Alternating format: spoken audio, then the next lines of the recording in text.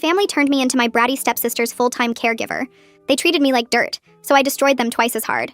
When my mom married Paul 3 years ago, I was happy she'd found someone after Dad died.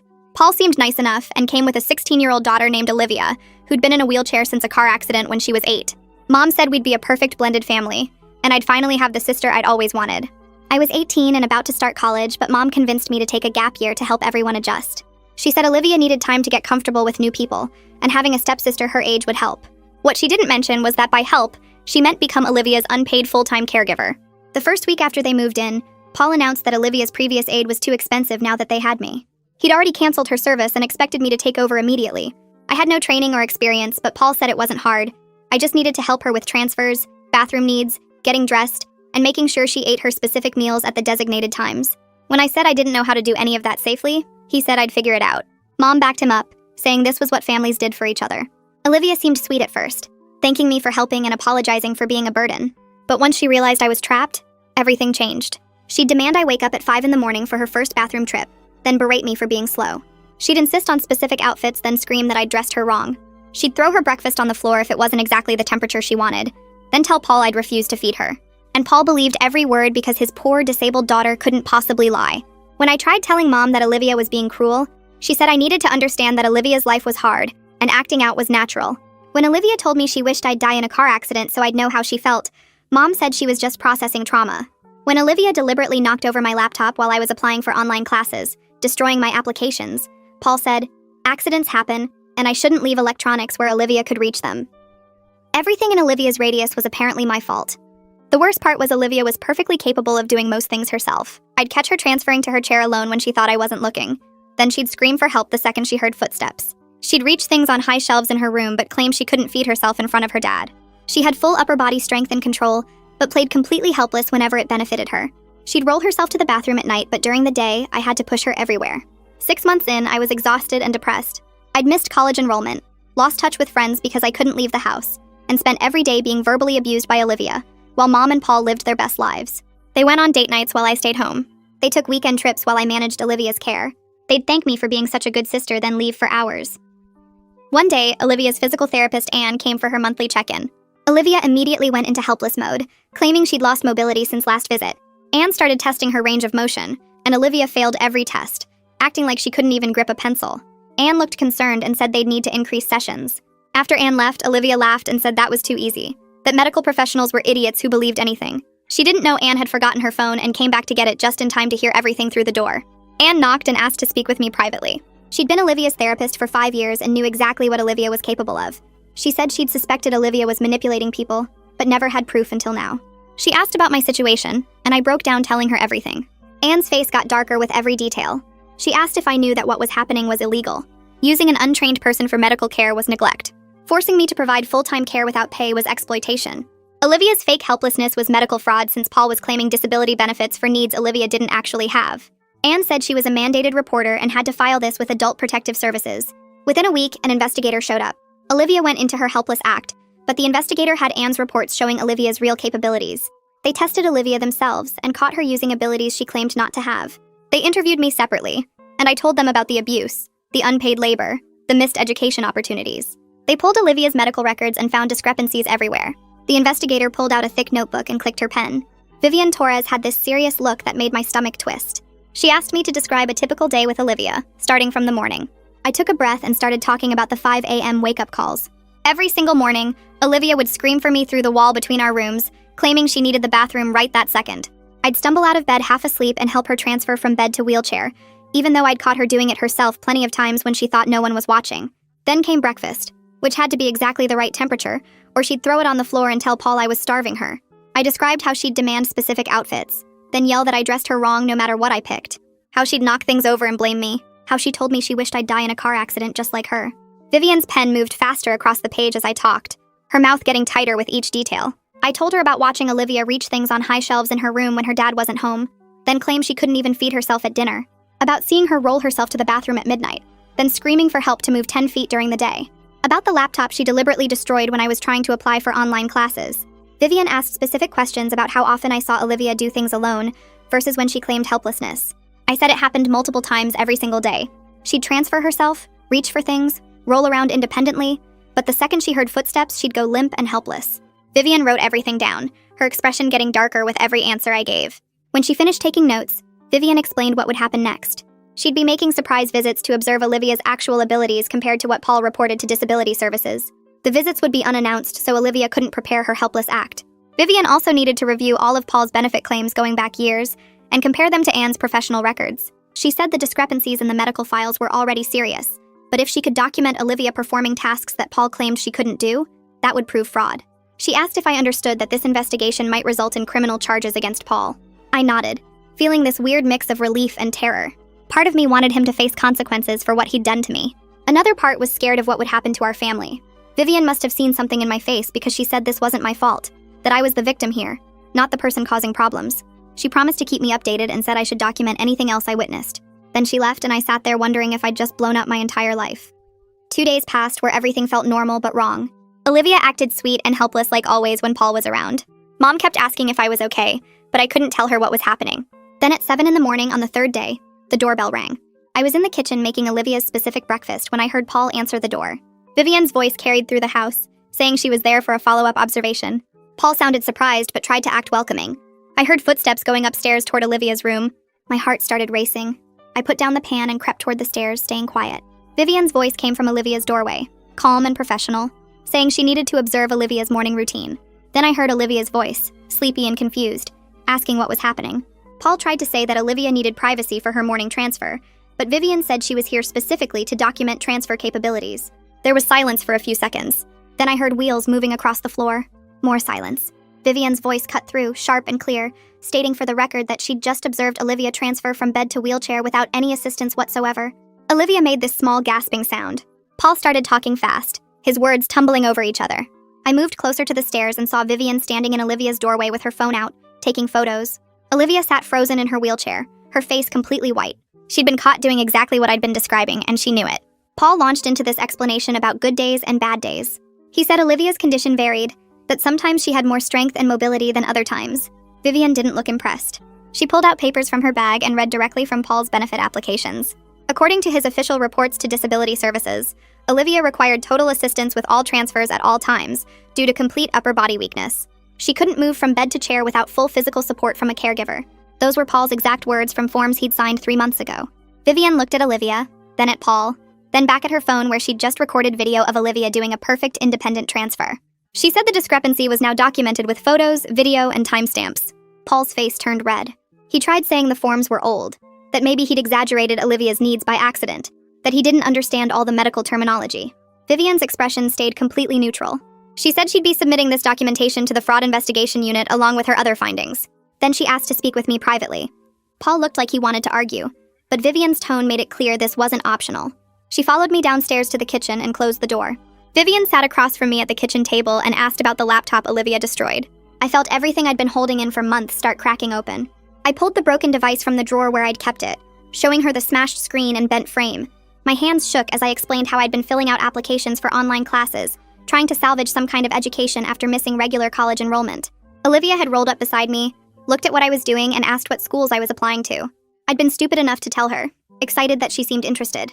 Then she'd grabbed the laptop off the table and thrown it on the floor, saying if she couldn't go to regular school, then I shouldn't get to either. The screen shattered and the whole thing stopped working. When Paul came home and saw it, Olivia cried and said I'd left it where she could reach it, that she'd accidentally knocked it over trying to get a book. Paul believed her immediately and yelled at me for being careless with my things. He said I should have known better than to leave electronics in Olivia's radius. I started crying while telling Vivian this, all the anger and frustration pouring out. She let me talk, taking notes the whole time. When I finished, she asked if I still had any of the acceptance letters from the colleges that had offered me spots 18 months ago. I said they were in my room. She asked me to get them. I ran upstairs, grabbed the folder I'd kept hidden under my mattress, and brought it back down. Vivian photographed every letter, every scholarship offer, every opportunity I'd lost. The next morning, Vivian called my old high school. She spoke to the guidance counselor who'd helped me with applications during senior year. I didn't hear the whole conversation, but Vivian told me afterward that the school confirmed everything. They had records of my grades, my test scores, my college acceptances. The counselor remembered me specifically because I'd had multiple scholarship offers, and everyone expected me to do well in college. Then I'd suddenly stopped responding to emails and phone calls right after graduation. The counselor had tried reaching out several times but never got answers. Now she understood why.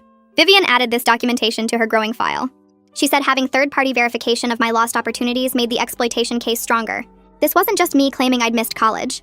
This was proof from official sources that I'd had a clear path to higher education that got destroyed after Paul made me Olivia's caregiver. Every piece of evidence made the situation look worse for Paul, and I could see Vivian's determination growing with each new detail she uncovered.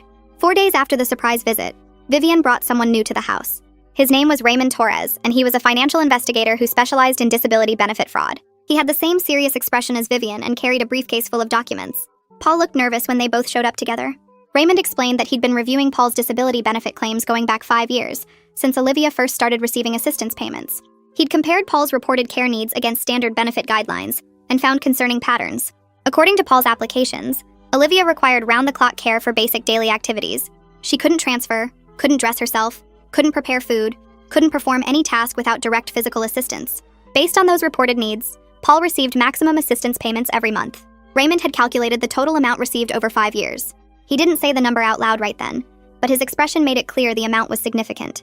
He said he needed to compare Paul's claims against medical records and therapist assessments to determine if the reported care needs matched Olivia's actual capabilities. Paul tried to say that Olivia really did need all that help, that he wouldn't lie about his daughter's condition. Raymond's response was cold and professional. He said the evidence would speak for itself. Anne arrived later that same day with 5 years' worth of physical therapy records. She'd organized everything by date, with detailed notes from each assessment session. Vivian and Raymond spread the documents across our dining room table, while Anne explained what each report showed. At every single evaluation, Anne had documented Olivia's actual physical capabilities.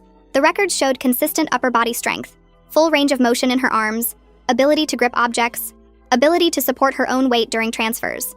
Anne had noted multiple times that Olivia was capable of independent transfers with proper technique. She'd observed Olivia reaching for items, manipulating objects, and performing tasks that required significant strength and coordination.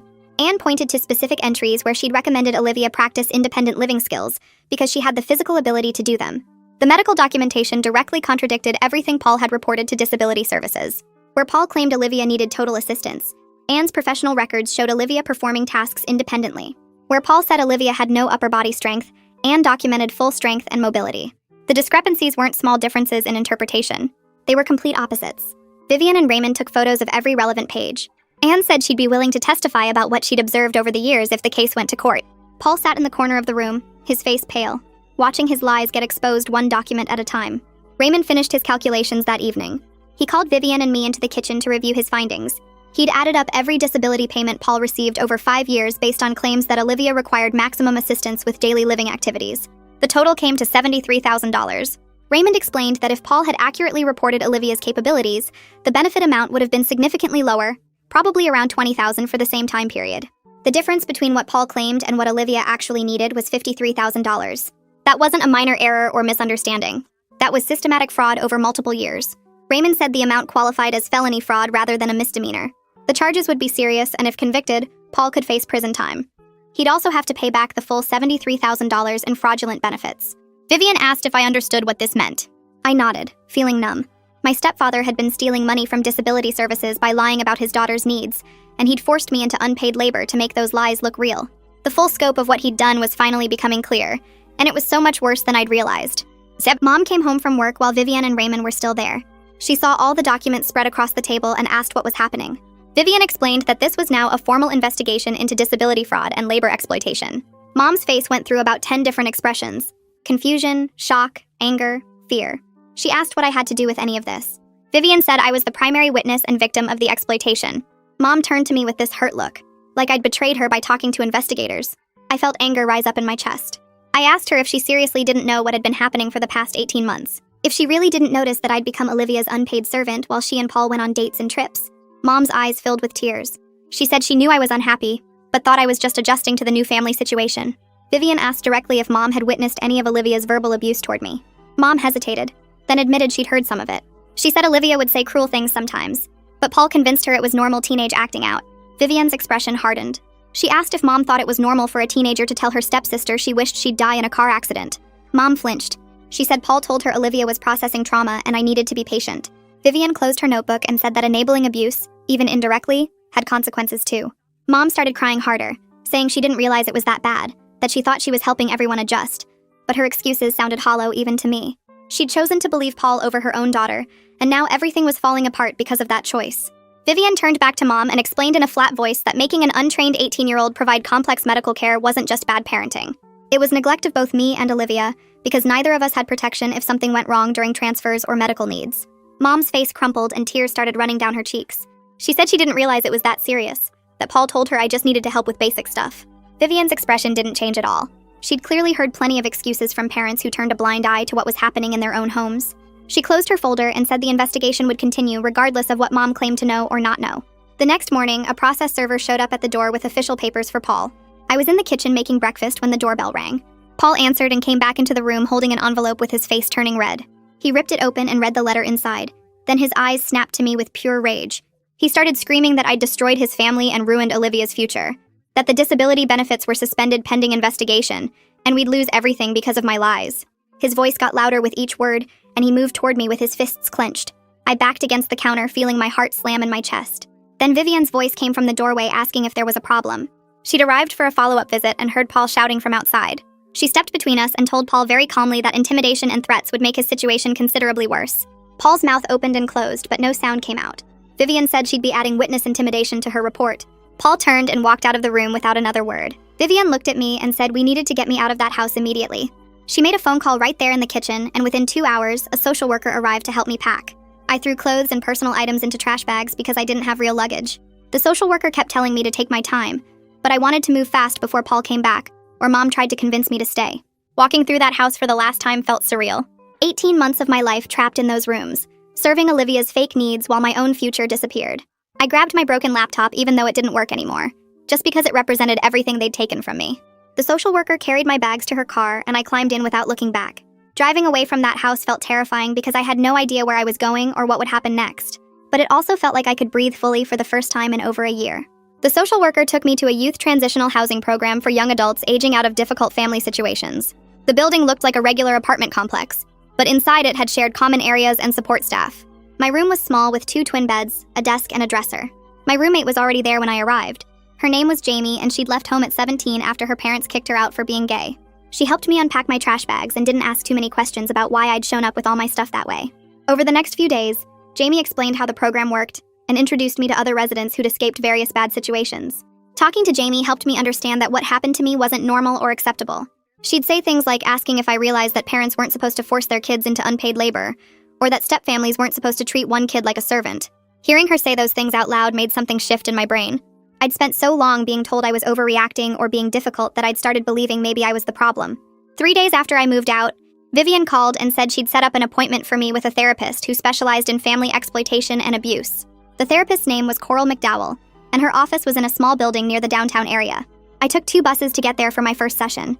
Coral was probably in her 50s with gray hair and a calm way of speaking that made me feel less nervous. She asked me to describe what happened in my own words without worrying about making it sound organized or logical. I talked for almost the full hour, explaining the caregiving duties, Olivia's cruelty, Paul's dismissiveness, Mom's enabling. When I finished, Coral said what I'd experienced had specific names. Financial exploitation because I provided labor worth thousands of dollars without compensation. Labor trafficking within a family because I was forced into work I couldn't refuse. Emotional abuse because of the constant verbal attacks and manipulation. Hearing those terms applied to my situation made my hands shake. Those words made everything feel real in a way it hadn't before. I'd always known what happened was wrong, but I didn't have language for exactly how wrong it was. Coral explained that giving names to these experiences wasn't about making me feel like a victim. It was about helping me understand that what happened followed patterns that affected lots of people, and that understanding those patterns would help me heal and protect myself in the future. She said we'd work together on processing the trauma and rebuilding my sense of what healthy relationships and boundaries looked like. I left that first session feeling exhausted, but also oddly relieved. Someone with professional training had looked at my situation and confirmed I wasn't crazy or dramatic. What happened to me was serious enough to have official terminology and treatment approaches. The following week, I got a call from the prosecutor's office asking me to come in for a meeting. The prosecutor assigned to the case was named Keith Warner, and he had a small office filled with file boxes and legal books. He shook my hand and gestured for me to sit down, then pulled out a thick folder with Paul's name on it.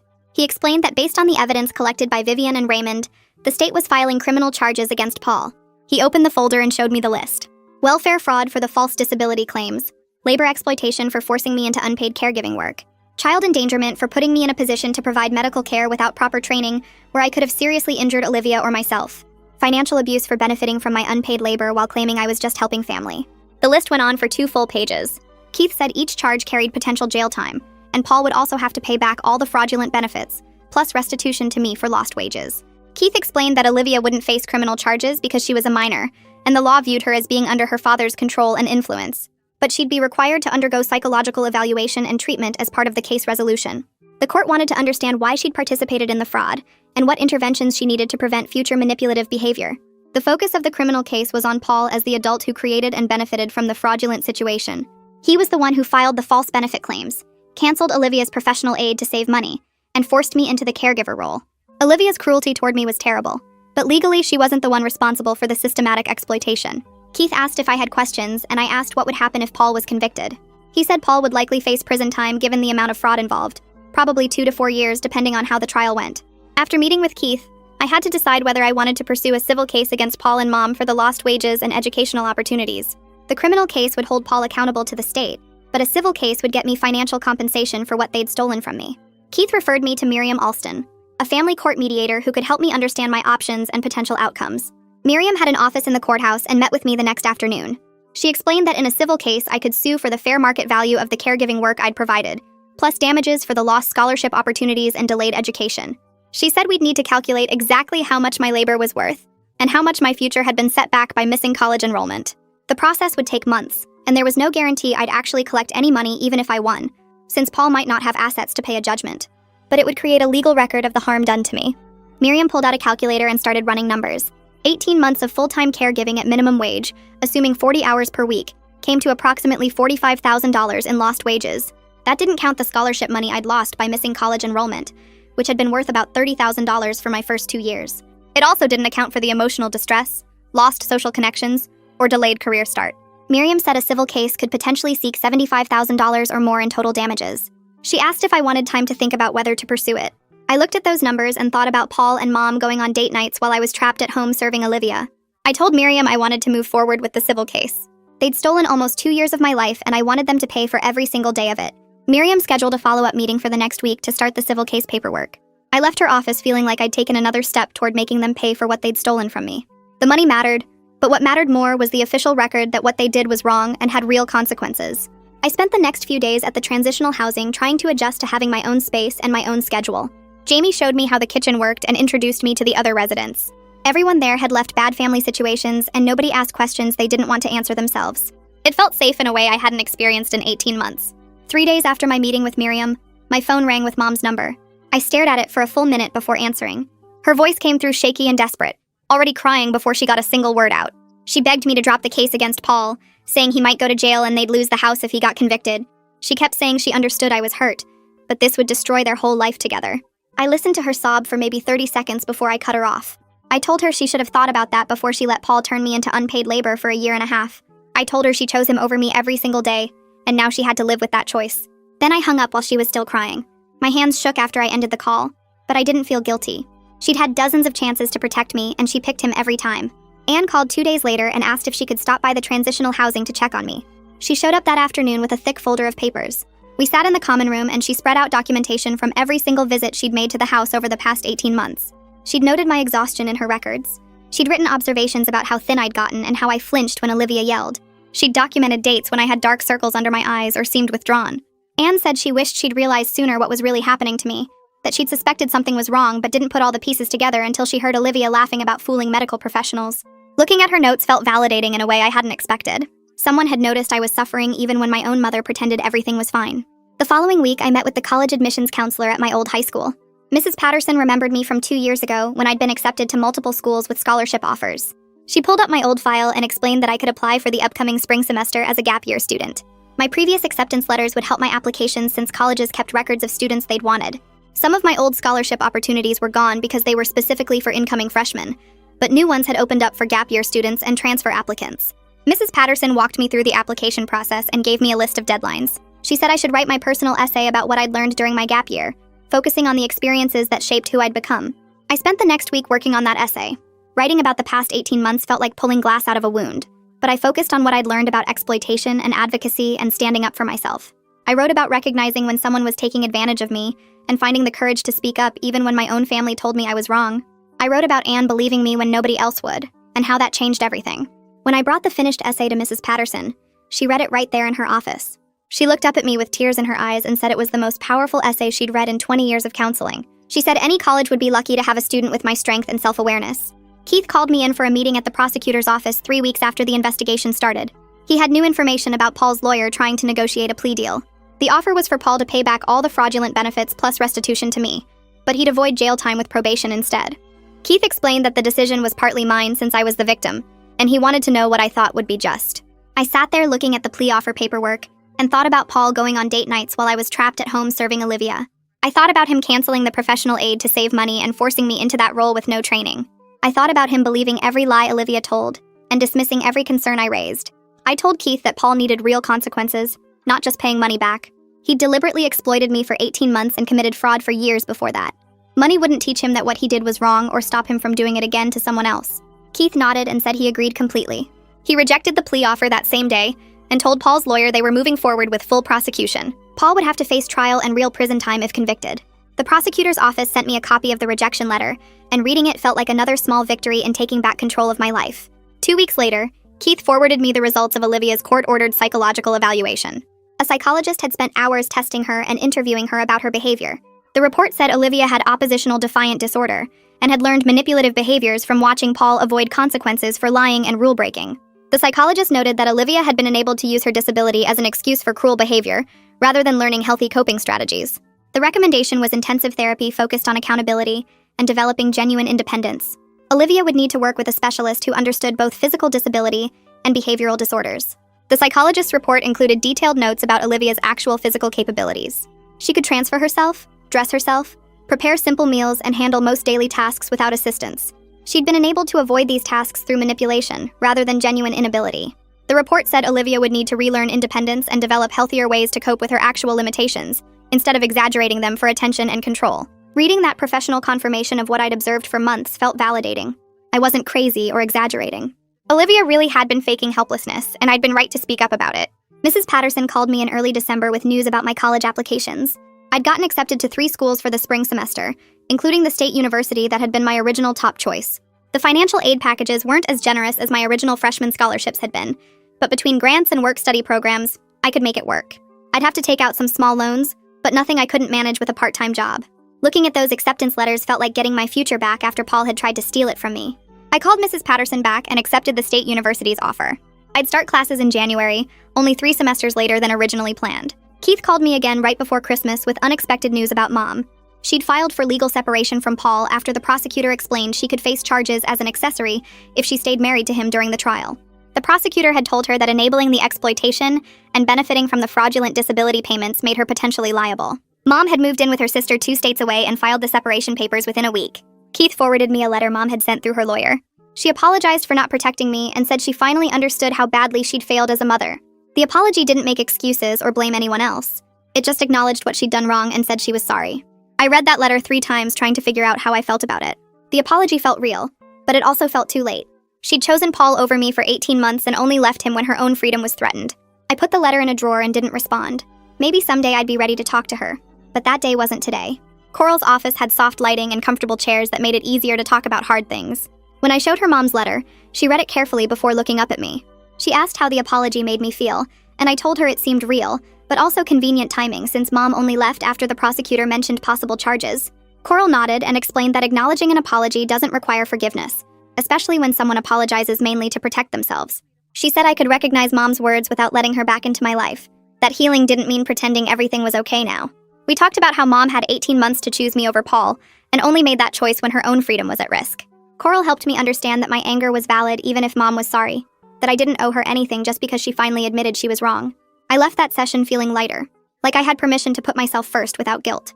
6 weeks after Vivian first knocked on the door, I sat in a courthouse waiting room wearing the nicest clothes I owned.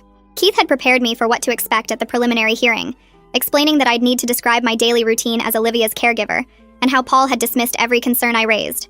The courtroom was smaller than I expected, with wooden benches and fluorescent lights that made everything look washed out.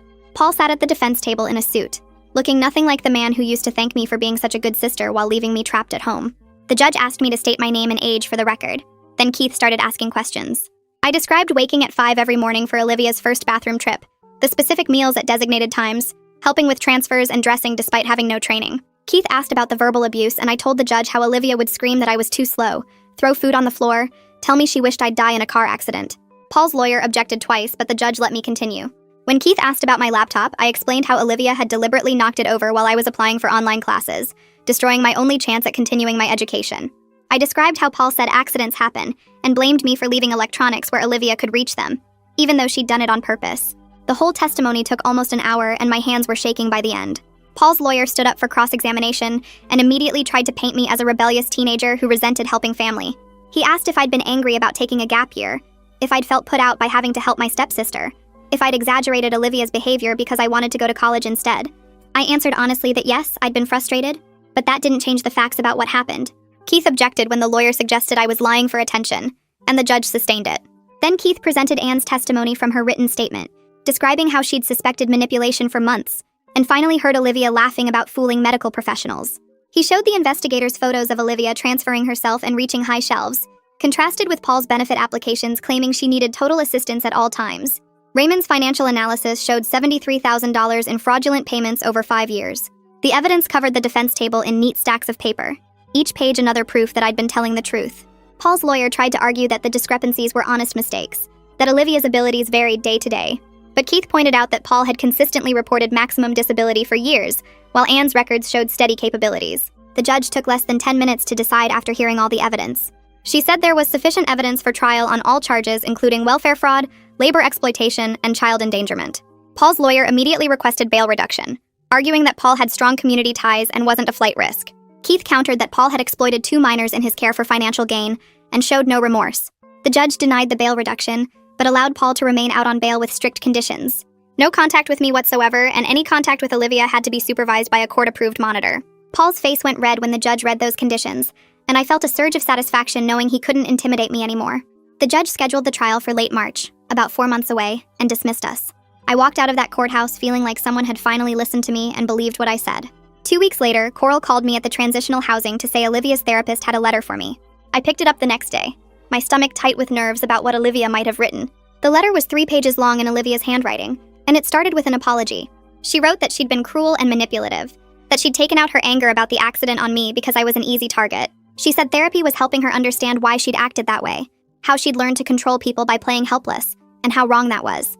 The letter acknowledged specific things she'd done, like destroying my laptop and telling me she wished I'd die and said she was ashamed of those actions now. She asked if we could talk sometime, said she wanted to try to make things right even though she knew that might not be possible. Reading it made my chest feel tight and my eyes burn with tears I didn't want to cry. Part of me wanted to believe she meant it, but another part remembered 18 months of abuse and didn't trust anything she said. I brought the letter to my next session with Coral, and we spent the whole hour discussing whether I wanted to respond. Coral asked what I hoped to gain from talking to Olivia, and I realized I didn't have a good answer. I wasn't ready to forgive her or rebuild any kind of relationship, and talking to her wouldn't change what she'd done to me. But I also had things I wanted her to know about how her actions had affected me, things I'd never gotten to say when I was trapped in that house. Coral suggested I could write a letter explaining my feelings that Olivia's therapist could share with her in session, giving me a voice without requiring direct contact. That felt right, like I could have my say without opening myself up to more manipulation. I spent 3 days writing that letter, describing how her cruelty had made me feel worthless, how she'd stolen my education and future, how I'd lost friends and opportunities because of her lies. I didn't offer forgiveness or suggest we talk later. I just told her the truth about the damage she'd caused and said I needed her to leave me alone while I rebuilt my life. I gave the sealed letter to Coral, who promised to pass it to Olivia's therapist. January came with snow and the start of spring semester at the state university. I'd missed 3 semesters of college, watching friends from high school post about dorm life and football games, while I was trapped as an unpaid caregiver, and finally being on campus felt like getting my life back. My classes were challenging in ways I loved, professors who expected me to think critically and participate in discussions about psychology and social work. I'd declared a social work major after realizing I wanted to help other people escape exploitative family situations, and my introduction to social work class felt like it was designed specifically for me. The other students were focused on learning instead of manipulation, and being surrounded by people working toward futures instead of tearing each other down made me feel human again. I studied in the library between classes, joined a student organization for future social workers, and ate lunch in the dining hall while doing homework. Every normal college experience felt precious because I knew how close I'd come to losing all of it. My work-study job was in the campus library, shelving books and helping students find research materials. The work was quiet and gave me time to think, and earning $9 an hour felt incredible after 18 months of forced unpaid labor. I got my first paycheck 2 weeks into the semester and stared at it for a full minute before depositing it on my phone. That money was mine. earned through work I'd chosen to do, and nobody could take it away or tell me I owed it to them. I used part of it to buy new clothes since most of what I owned was old and worn out, and put the rest toward textbooks and supplies. The independence of earning my own money and making my own choices about spending it felt like proof that I'd escaped, that Paul and Olivia no longer controlled any part of my life. Jamie from the Transitional Housing Program had also started at the State University for spring semester, and we met for coffee between classes once a week. She understood family trauma in ways my old friends never could, because she'd lived through it herself, leaving home at 17 after years of her parents using her as free childcare for her younger siblings. We talked about setting boundaries with families who'd exploited us, about feeling guilty for choosing ourselves over people who'd never chosen us, about rebuilding lives that other people had tried to destroy. She was the first real friend I'd made since losing touch with everyone during my caregiver imprisonment, and having someone who understood made the hard days easier. We studied together in the library, complained about difficult professors, and reminded each other that we deserved the futures we were building. Keith called me in late February to say Paul's trial was scheduled for late March, about a month away. He wanted to meet and prepare me for testifying, explaining that the trial would be more intense than the preliminary hearing, and Paul's lawyer would try harder to discredit me. We met at his office downtown, and he walked me through likely questions: how to stay calm when the defense attorney tried to rattle me, what to do if I felt overwhelmed on the stand. He showed me the evidence he'd be presenting, including Anne's testimony, the investigator's photos, Raymond's financial analysis, and Olivia's own admission that she'd faked helplessness. Keith said the evidence was overwhelmingly in our favor, but trials were unpredictable, and I needed to be prepared for Paul's lawyer to paint me as a liar or exaggerator. He had me practice answering hostile questions until I could respond calmly without getting defensive. By the end of the meeting, I felt nervous but ready, knowing that testifying meant facing Paul again, but also meant making sure he faced real consequences for what he'd done. The week before the trial, Keith called me between classes. Paul's lawyer wanted to make a final plea offer to avoid going to trial. Keith explained the terms over the phone while I sat on a bench outside the library. Paul would admit to reduced charges, serve 18 months in jail, get 5 years probation after release, and pay back all the fraudulent benefits plus my lost wages. Keith said it was a decent offer that guaranteed consequences without the risk of trial. I listened to him lay out the numbers and the timeline, but something about it felt wrong. Paul would admit to lesser charges, spend less than 2 years locked up, and then move on with his life. Like what he did wasn't that serious. I told Keith I wanted Paul to stand in court and admit exactly what he did, not hide behind reduced charges that made it sound less awful than it was. Keith got quiet for a second, then said going to trial was risky because juries were unpredictable and we could lose everything. But he also said he believed we had a strong case with all the evidence, and if I wanted to push for full accountability, he'd support that decision. I said I wanted the trial. Keith said he'd reject the plea offer and we'd see Paul in court. The trial started on a Monday morning 3 weeks later. I sat in the front row of the courtroom with Anne on one side and Jamie on the other for moral support. Paul sat at the defense table in a suit that made him look respectable, nothing like the man who'd turned me into unpaid labor for 18 months. The jury filed in and took their seats, 12 strangers who'd decide if Paul faced real consequences or walked away. Keith stood up and gave his opening statement, laying out the charges and promising to prove Paul had committed welfare fraud, labor exploitation, and child endangerment. Paul's lawyer argued that Paul was a struggling single dad who'd made mistakes but never intended to hurt anyone. I wanted to scream that intention didn't matter when the damage was real and deliberate, but I stayed quiet and waited for the evidence to speak. Anne testified first, taking the stand on day 1 and explaining her role as Olivia's physical therapist for 5 years. Keith walked her through her professional observations, asking specific questions about Olivia's actual capabilities versus what Paul reported to disability services. Anne described watching Olivia demonstrate full upper body strength, independent transfers, and fine motor control during therapy sessions, then hearing Paul claim Olivia needed total assistance with all daily tasks. She talked about the day she forgot her phone and came back to hear Olivia laughing about fooling medical professionals, how she'd suspected manipulation, but never had proof until that moment. Paul's lawyer tried to suggest Anne was biased against Paul or misremembering events, but Anne had detailed session notes going back years that backed up every word she said. The jury took notes while she testified, their faces serious as they absorbed the gap between Olivia's real abilities and Paul's fraudulent claims. Raymond testified on day 2, presenting the financial evidence he'd compiled during his investigation. He explained how Paul had been receiving maximum disability benefits for Olivia, based on reports claiming she needed round-the-clock care and couldn't perform basic tasks independently. Raymond showed the jury documents proving Paul had received $73,000 over 5 years, all based on exaggerated and false claims about Olivia's limitations. He walked through bank statements, benefit applications, and medical reports that Paul had submitted, pointing out specific lies in each document. Paul's lawyer tried to argue that Paul genuinely believed Olivia needed that level of care, but Raymond presented Anne's therapy notes from the same time periods showing Olivia was far more capable than Paul claimed. The financial trail was clear and damning, showing Paul had knowingly lied to maximize benefits while forcing me to provide unpaid care that wasn't actually necessary. Vivian testified that afternoon, describing what she found when she investigated the case. She talked about showing up at 7 in the morning and catching Olivia transferring herself without help, about interviewing me and hearing how I'd been trapped providing full-time care without training or pay. Vivian described finding me exhausted, isolated, and stuck in an exploitative situation where Paul and Olivia controlled every part of my life.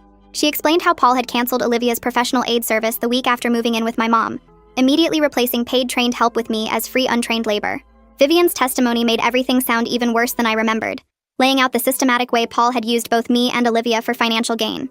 Paul's lawyer suggested I could have left anytime I wanted, but Vivian pointed out I was 18 with no money, no transportation, and a mother who supported Paul's demands, making escape nearly impossible without outside intervention. I testified on day 3, walking to the stand with my hands shaking but my voice steady. Keith asked me to describe my daily routine during those 18 months, and I told the jury about waking at 5 every morning for Olivia's bathroom demands, about being berated for being too slow or doing things wrong, about watching my college acceptance letters expire while I was trapped providing care. I described Olivia throwing food on the floor and Paul believing her lies that I'd refused to feed her. I talked about catching Olivia doing things alone that she claimed were impossible, about her deliberately destroying my laptop to sabotage my college applications, about Paul dismissing every concern I raised. I explained how Mom enabled everything, saying Olivia was just processing trauma whenever she told me she wished I'd die. Paul's lawyer tried to paint me as an exaggerating, rebellious teenager who resented helping family, asking if I'd ever just refused to help or told Paul no. I explained that I'd tried refusing and Paul threatened to kick me out with nowhere to go, that I'd tried telling Mom and she chose Paul's version over mine every time. The lawyer asked if maybe I was making things sound worse than they were, but Keith presented my detailed accounts that matched perfectly with Anne's observations, the investigator's photos, and the financial records. Everything I said had documentation backing it up, making it impossible to dismiss as teenage drama. Olivia testified as part of the prosecution case on day 4, and watching her take the stand felt strange after everything that happened. She admitted that she'd faked helplessness and manipulated everyone around her, that she'd been cruel to me because she was angry about her limitations, and I was an easy target. She cried while describing how Paul encouraged her to exaggerate her needs to maximize benefits, how he'd coached her on what to say to doctors and disability examiners. Olivia said Paul told her the extra money would give them a better life, that she was helping the family by playing more disabled than she actually was. She talked about taking her anger at the car accident out on me, about enjoying the power of making me do everything for her even when she could do it herself. Paul's face went red while Olivia testified and his lawyer objected multiple times, but the judge let her continue because she was a prosecution witness. Olivia's testimony destroyed any remaining argument that Paul was just a confused dad who didn't understand the rules. The jury deliberated for 6 hours while I sat in the courthouse hallway with Anne and Jamie, too nervous to eat or focus on anything. Keith came out twice to say the jury had sent questions to the judge, but wouldn't tell me what they asked. Finally, the bailiff called us back in and said the jury had reached verdicts. We filed back into the courtroom and I sat in the same front row seat, gripping the bench in front of me while the jury foreman stood up. The judge asked if they'd reached verdicts on all counts and the foreman said yes. Guilty on welfare fraud, guilty on labor exploitation, guilty on child endangerment. Paul's face went pale as each verdict was read, his lawyer putting a hand on his shoulder while Paul stared straight ahead. The judge thanked the jury and set a sentencing date for 2 weeks later, then dismissed everyone. I walked out of the courtroom feeling like I could finally breathe, knowing Paul would face real consequences for what he'd done. 2 weeks later, I sat in the same courtroom for sentencing. Paul stood in front of the judge while Keith presented a sentencing recommendation based on the severity of the crimes and the harm caused. The judge reviewed the case file, looked at Paul, and delivered the sentence. 3 years in state prison, 5 years probation after release, and orders to pay back $73,000 in fraudulent benefits, plus $45,000 to me for lost wages. The judge's voice was firm as he explained that Paul had exploited both his daughter and stepdaughter, prioritizing financial gain over our well-being and development. The sentence reflected the seriousness of betraying family trust for monetary benefit, and the judge hoped the time in prison would make Paul understand the gravity of what he'd done. Paul's lawyer asked if he could remain free pending appeal, but the judge denied it and ordered Paul taken into custody immediately. 2 bailiffs walked over and put handcuffs on Paul right there in the courtroom, leading him through a side door while his lawyer gathered papers.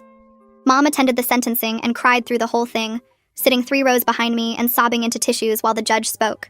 After the bailiffs took Paul away, she tried to approach me in the hallway outside the courtroom. She said my name and reached for my arm, but I stepped back and told her I needed more time before I was ready for any kind of relationship with her.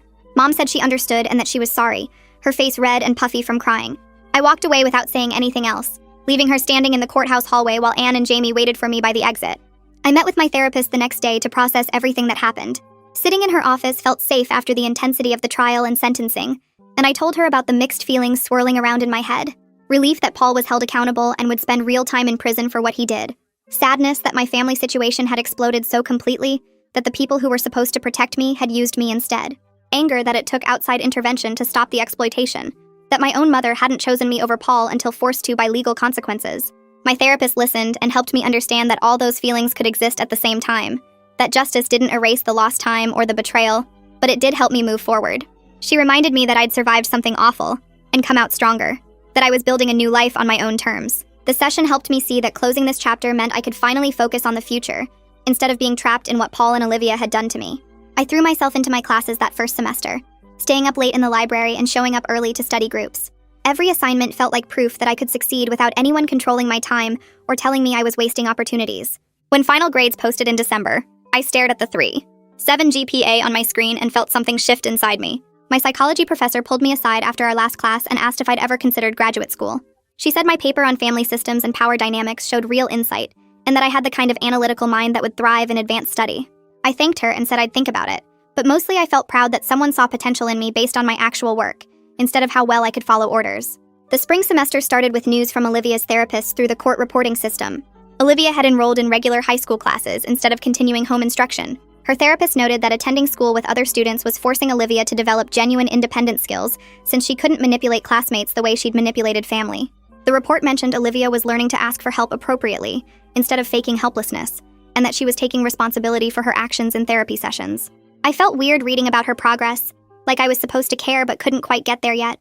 Part of me hoped she was actually changing, but another part remembered every cruel thing she'd said and didn't trust that real change was possible. The restitution payment started arriving in February through a court-managed account. The first deposit was $8,000, a chunk of the $45,000 Paul owed me for lost wages. I sat at my laptop staring at my bank balance and feeling like I was looking at someone else's account. I'd never had more than a few $100s at once in my entire life. I transferred most of it straight to my tuition account for next year, treating the money exactly like the scholarship replacement it basically was. The rest went into savings for textbooks and living expenses. Every dollar felt like reclaiming something Paul had stolen, turning his exploitation into my education. Jamie and I started apartment hunting in March for sophomore year. We found a 3-bedroom place near campus that needed a third roommate, and Jamie's friend from her biology class wanted to move out of the dorms. The apartment had old carpet and a kitchen that barely fit 2 people, but it was ours.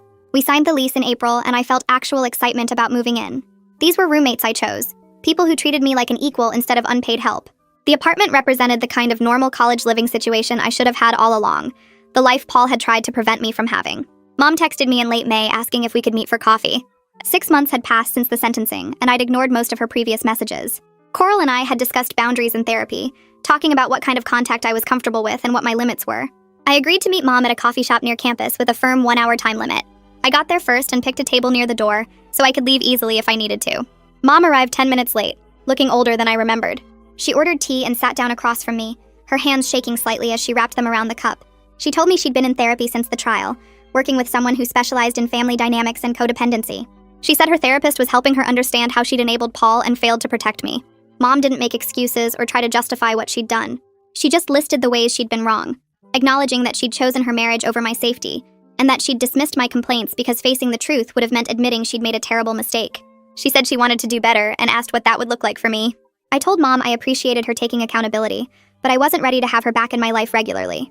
The hurt was too deep and too recent for me to pretend everything could be normal between us. We agreed to occasional supervised meetings where she could demonstrate changed behavior over time, maybe once every few months in public places with clear time limits. Mom's face crumpled a little, but she nodded and said she understood. We finished our drinks in awkward silence, and I left feeling emotionally exhausted, but also relieved that I'd held my boundaries. Anne called me in June with an unexpected request. She was organizing a training session for healthcare providers about recognizing signs of family exploitation and caregiver abuse. She asked if I'd be willing to speak about my experience to help professionals identify similar situations with their patients. The idea scared me at first, talking about everything that happened in front of strangers who worked in medicine. But Anne explained that my story could help prevent other families from exploiting young caregivers, and that healthcare providers needed to understand what warning signs looked like in real situations. I agreed to do it and spent 2 weeks preparing what I'd say. The training session happened in a hospital conference room with about 30 therapists, nurses, and social workers. I stood at the front and told them about becoming Olivia's caregiver without training, about the verbal abuse and manipulation, about how everyone dismissed my concerns until Anne caught Olivia lying. I explained how isolated I'd become and how no one questioned why an 18-year-old was providing complex medical care alone. When I finished, several people asked questions about what signs they should watch for and how to approach families when they suspected exploitation. Walking out of that hospital, I felt powerful in a way I hadn't before, like my experience could actually help protect other people. I changed my major to social work at the start of summer session. Sitting in my academic advisor's office, I explained that I wanted to help young people escape exploitative family situations. My psychology classes had been interesting, but I realized I wanted more direct work with vulnerable populations. My advisor pulled up the social work program requirements and walked me through what classes I'd need. She mentioned that my personal experience would give me insight that would make me a better advocate, but I'd also need to work on maintaining professional boundaries so I didn't burn out. I left her office feeling like I'd finally figured out what I was supposed to do with my life. Like everything that happened had led me toward this purpose. Another letter from Olivia arrived in August, a year after the trial ended.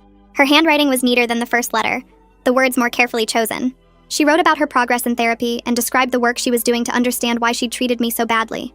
She acknowledged specific cruel things she'd said and done, not making excuses but explaining what her therapist had helped her realize about using manipulation to feel powerful when she felt helpless about her disability. Olivia wrote that she didn't expect forgiveness and wasn't asking for a relationship. She just wanted me to know she was genuinely working on becoming a better person, and that she was sorry for the pain she'd caused. I read the letter twice and then put it in my desk drawer.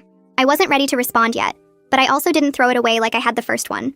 I sat at my desk 3 days later and opened a blank document to write back to Olivia. My fingers hovered over the keyboard while I thought about what I wanted to say.